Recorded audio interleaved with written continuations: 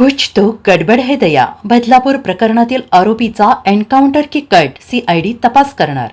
बदलापूरमधील शाळेतील 2 चिमुकल्या मुलींवर झालेल्या लैंगिक अत्याचार प्रकरणातील मुख्य आरोपी अक्षय शिंदे याचा काल सोमवारी मुंब्रा परिसरात झालेल्या चकमकीत मृत्यू झाला. अक्षयने पोलिसांकडून बंदूक हिसकावून घेऊन एका पोलीस कर्मचाऱ्यावर गोळी झाडली.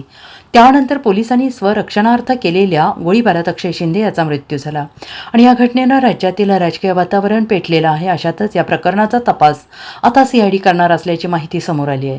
बदलापूर लैंगिक अत्याचार प्रकरणातील आरोपी अक्षय शिंदे याच्या मृत्यूप्रकरणी महाराष्ट्राचा गुन्हे अन्वेषण विभाग सीआयडी तपास करणार आहे.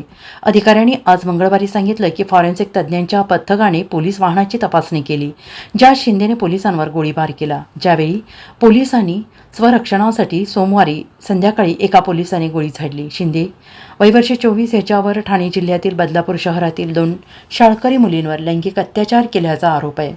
बदलापूरच्या एका शाळेतील सफाई कामगार शिंदे याला शाळेच्या शौचालयात 2 मुलींवर लैंगिक अत्याचार केल्याच्या 5 दिवसानंतर 17 ऑगस्ट रोजी अटक करण्यात आली होती. अधिकाऱ्यांनी सांगितलं की सोमवारी संध्याकाळी अक्षय शिंदेला त्याच्या पत्नीनं नोंदवलेल्या दुसऱ्या गुन्ह्याच्या संदर्भात पोलीस वाहनात नेलं जात असताना त्याने एका पोलिसाचा रिव्हॉल्वर घेतला आणि गोळीबार केला. प्रत्युत्तरादाखल पोलिसांनी सुद्धा गोळीबार केला. परिणामी त्याचा मृत्यू झाला. पोलीस पथकातील अन्य अधिकाऱ्यांनी त्याच्यावर गोळीबार केला आणि कळवा नागरी रुग्णालयातील डॉक्टरांनी त्यांना मृत घोषित केलं. Bureau report, SBN Marathi, Badlapur.